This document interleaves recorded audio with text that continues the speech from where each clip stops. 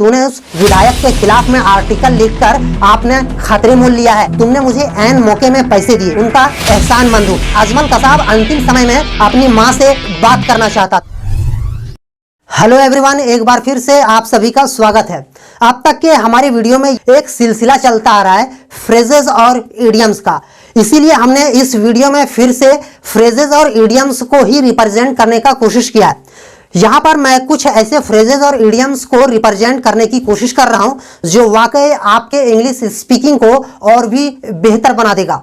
यहाँ पर जितने भी फ्रेजेस और इडियम्स को हमने लिया है, ये सारे इडियम्स और फ्रेजेस कहीं ना कहीं एनसीईआरटी बुक्स से लिए गए हैं। यानी ये फ्रेजेस एनसीईआरटी बुक्स में बहुत ही ज्यादा मात्रा में इस्तेमाल होता है। तो मैं आपसे उम्मीद करूंगा कि भाई यदि आप इस इडियम्स और फ्रेजेस में यदि अपनी कमांड हासिल करना चाहते हैं और अपने इंग्लिश स्पीकिंग और लिटरेचर को और भी स्ट्रांगनेस प्रोवाइड करना चाहते हैं, तो भाई मैं आपसे उम्मीद करूंगा कि वीडियो को लाइक करें, चैनल में नए हो तो चैनल को सब्सक्राइब करें और इस वीडियो को ज्यादा से ज्यादा शेयर करें ताकि इस तरह की कॉन्सेप्ट और भी लोगों तक पहुंच सके।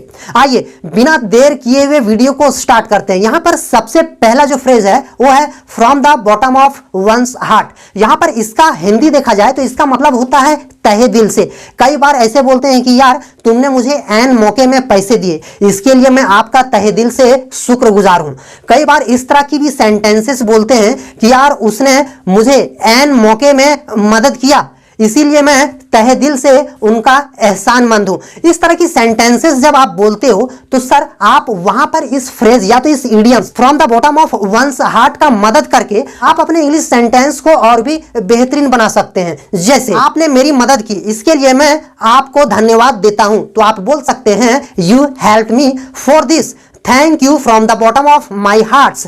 You help me for this, thank you from the bottom of my hearts. चलिए देखते हैं नेक्स्ट इडियम को। यहां पे नेक्स्ट इडियम है इन a fix. In a fix का मतलब घबराहट में, और ये जो इडियम है इन अ फिक्स लिटरेचर में आपको बहुतायत मात्रा में देखने को मिलता है। अब यहां पर देखिए कई बार आप इस तरह की सेंटेंसेस बोलते होंगे कि यार घबराहट में चोर ने पुलिस के सामने सारा कुछ उगल दिया। कई बार ऐसे भी बोलते हैं कि यार वो बच्चा घबराहट में अपने होमवर्क को नहीं सुना सका। अब इस तरह की सेंटेंसेस को आपने बोला, क्या सर इसे अंग्रेजी में कन्वर्ट करने के लिए आपको मुश्किलात का सामना करना पड़ता है?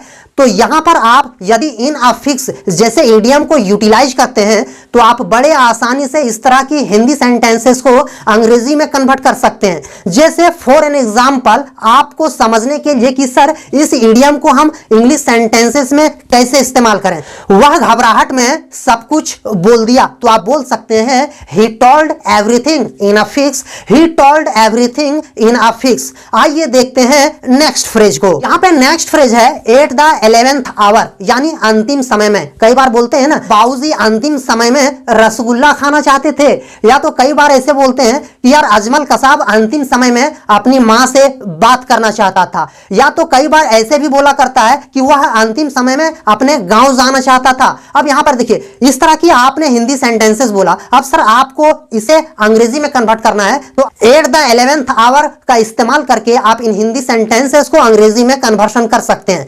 जैसे वह अंतिम समय में अपना गांव जाना चाहता था, तो आप बोल सकते हैं he wanted to go to his village at the 11th hour, he wanted to go to his village at the 11th hour। आइए देखते हैं नेक्स्ट इडियम को, apple of one's eye. Apple of one's eye इसका मतलब हुआ किसी का दुलारा होना या प्यारा होना। ओवरऑल बोला जाए तो एप्पल ऑफ वंस आई का मतलब दुलारा या प्यारा। ऐसे बोलते हैं ना कि यार ये अपने पापा का दुलारा है, या तो ऐसे बोलते हैं कि यार ये लड़का इतना तेज है इस क्लास में, ये अपने क्लास टीचर का सबसे प्यारा है। अब यहां पर देखिए इस तरह की सेंटेंसेस जब आप बोलते हो तो आप इस तरह की सेंटेंसेस को एप्पल ऑफ वंस आई जैसे इडियम का प्रयोग करके आप अंग्रेजी में इसे और भी बेहतरीन और खूबसूरत सेंटेंसेस बना सकते हैं। जैसे वह अपनी मां का दुलारा है, तो आप बोल सकते हैं he is an apple of his mother's I, he is an apple of his mother's आई। यहां पे नेक्स्ट इडियम है इन कंपैरिजन विद। जब दो चीजों को कंपेयर किया जाता है, मेजर किया जाता है, तौला जाता है, कौन बड़ा कौन छोटा, तो इस संदर्भ में इसका इस्तेमाल कर सकते हैं। जैसे कई बार ऐसे बोलते हैं कि यार तुम्हारे कलम की अपेक्षा या तो तुम्हारे कलम की तुलना में मेरा कलम बहुत ही बेहतरीन है, या तो कई बार ऐसे बोलते हैं तुम्हारी जमीन की अपेक्षा मेरी जमीन काफी बड़ा है। इस तरह की सेंटेंसेस को आप इन कंपैरिजन विद का प्रयोग करके आप अच्छे तरीके से अपने इंग्लिश स्पीकिंग को बेहतरीन बना सकते हैं। जैसे उसका घर तुम्हारे घर की तुलना में बड़ा है, तो आप बोल सकते हैं his house is bigger in comparison with your house. His house is bigger in comparison with your house. यहां पर नेक्स्ट इडियम है go through fire and water. यहां पर go through fire and water का मतलब खतरे मोल लेना। कई बार बोलते हैं कि यार तू इतना तेजी से दौड़कर क्यों खतरे मोल ले रहे हो, या तो कई बार ऐसे बोलते हैं कि यार तूने उस विधायक के खिलाफ में आर्टिकल लिखकर आपने खतरे मोल लिया है। सर इस तरह की सेंटेंसेस जिसमें खतरे मोल ये जो वर्ड आया हुआ है, इसको अंग्रेजी में कन्वर्ट करने के लिए go through fire and water का इस्तेमाल करके आप अंग्रेजी में ट्रांसलेट कर सकते हैं। यदि मैं ये बोलूं कि मैं पैसे के लिए कोई भी खतरे मोल ले सकता हूं, तो मैं बोलूंगा I am ready go through fire and water for money. I am ready go through fire and water for money. यहां पर ये सारे इडियम्स और ये सारे फ्रेजेस जो हमने आपके सामने एनालाइज किया, ये सारे इडियम्स और फ्रेजेस कहीं ना कहीं अलग अलग लेवल यानी एनसीईआरटी के जो इंग्लिश लिटरेचर बुक है वो अलग अलग क्लासेस से सेपरेट करके एक्सट्रैक्ट करके आपके सामने एक कंटेंट के रूप में हमने इस्तेमाल किया। वाकई यदि ये आपके लिए बेनिफिशियल है और आपको यदि ये एक इंप्रूवमेंट देता है आपकी लैंग्वेज स्किल में, तो भाई मैं आपसे उम्मीद करूंगा कि यार चैनल को सब्सक्राइब कर दो, वीडियो को लाइक कर दो और इस वीडियो को ज्यादा से ज्यादा शेयर करके हमें सपोर्ट कर दो। Thank you.